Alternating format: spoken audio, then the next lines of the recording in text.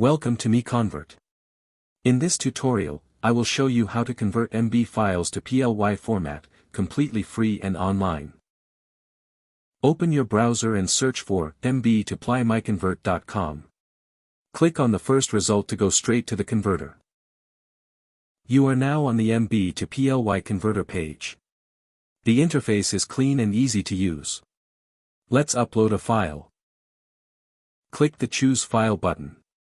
A file picker will open. Select the MB file you want to convert, then click Open. Your file is loaded and ready. You can see the file name, size, and destination format. Click Convert now to start the conversion. The conversion is in progress. You can see the progress bar moving. This usually takes just a few seconds. Done. Your file has been successfully converted. Click Download to save the PLY file to your computer. That's it.